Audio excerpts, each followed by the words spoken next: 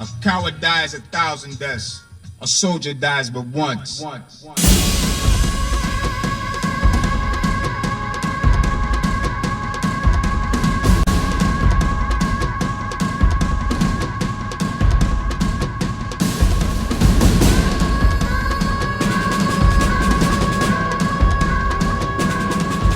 Welcome all, this is Blaezer RTW, hope you are all good.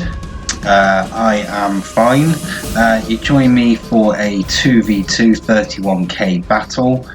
This was done on the 2nd of February, so a few months ago now. It's May now. Right, let's have a little look-ski at what's going on. So our opponent, first one is Carthage, who is Plantagenet Rex of what I assume is the OTD clan, but I don't know anything about that. So there you go. He has bought, what's that, 1, 2, 3, 4, 5, 6 Sacred Band Spears, 6 Balearic Slingers, 6 Sacred Band Cav. The infantry and the Cav is going to be heavily upgraded. I would suggest that he's got to be confident if he's going to face 2 Roman opponents. He's Carthage and not got that much infantry. But we shall see. I think that's Carthage's only, I would bring him for everything apart from facing Rome, if you see what I mean, unless you've got some good, defense on both sides of 3v3 and up. And the second player is Brotherhood member Crypto. He has got 2 archers auxiliary on the side, it looks like. He's got quite a few archers actually. Is it 31k or is it just like 30k? It might just be like 20k, or it might even be 15k, I don't know. What's it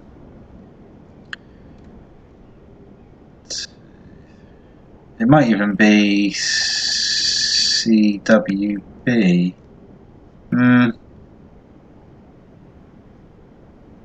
No, that looks like 30. No, it's 31k. I'm just surprised to see so many archers.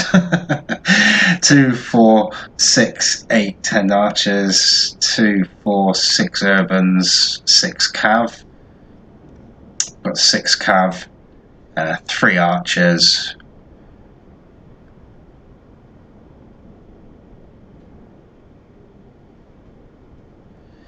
And then some urbans and my Peeler Shields Praetorian cohorts instead. Sorry, I was just checking the upgrades out just to see if anything interesting was happening. I'm still not convinced it's 31k. it might be, it might not be. I don't know. But yeah, it's a bit of a strange one if it is. Let me just have a look at what. 1, 2, 3, 4. Yeah, you see he's got 8 upgrades on his infantry there. Yeah, so that's a nasty set of urbans there. They're going to do some damage. Is that the same as what Crypto's got as well then? 1, 2, 3, 4, 5, 6, 7. So his has only got 7 on, so that should be quite interesting. Yeah, I should have said. Where did I get to? Yeah, so I went through his army. That's 66. And this is me, SPQR, who I've just been through my army as well. So let's get the ball rolling and see what happens. Oh, the keyboard worked that time. Happy days. Okay, so this is still sort of early in my 31k days, if you know what I mean. It's a pretty standard. I still don't really know what I'm doing with regard to tactics, but what I do know is that me and 66 have played quite a few games together and against each other by now, and you'll see in replays that are coming up that are actually from a few months before I went away over Christmas, like in sort of October, November.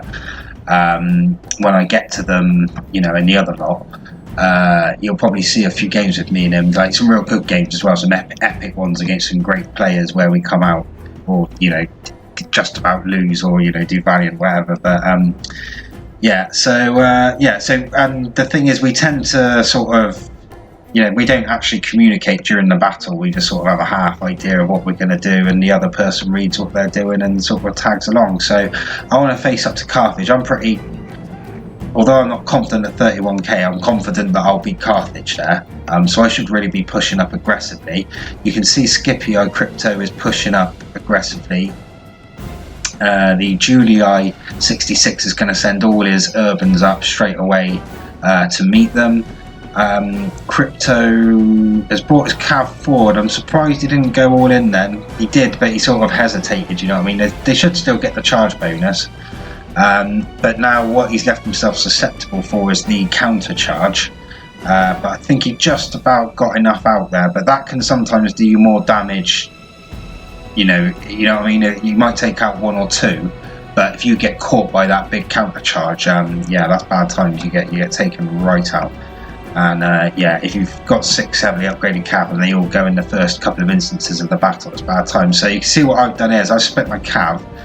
I want to bring it round, and I'm going to try, and what I would be doing now if this was me, like now playing now, this army here would be where the cav is now. I would have separated the 2 armies off, peeled off my back row of urbans and sort of chucked them in, and then thrown my cav in obviously before, like I am doing. But I've left myself open to a bit of a counter charge as well, but I think it's worth it, because if I can take out the Scipii cav, that's going to do us the world of good.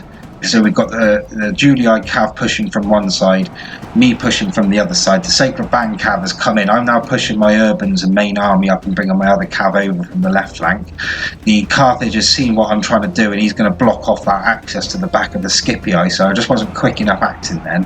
They've got a lot of archers obviously all firing in at the same time. We've got a few archers that will be firing in at the same time. I'm probably going to move them up and want my archers for the pikes. That's what I tend to do. I don't like to skirmish before a game. If I've got archers, I'll often have it before where people are sort of like, you know, why your archers out with the cav right at the back. But then, you know, you'll see in more than a few battles that, you know, come the end of the battle, more often than not, all that's left is my 3 archers firing into the back of engaged infantry when no one's got any cav left. And, you know, I like to believe it makes a difference. So he's pulled all his units into a line now.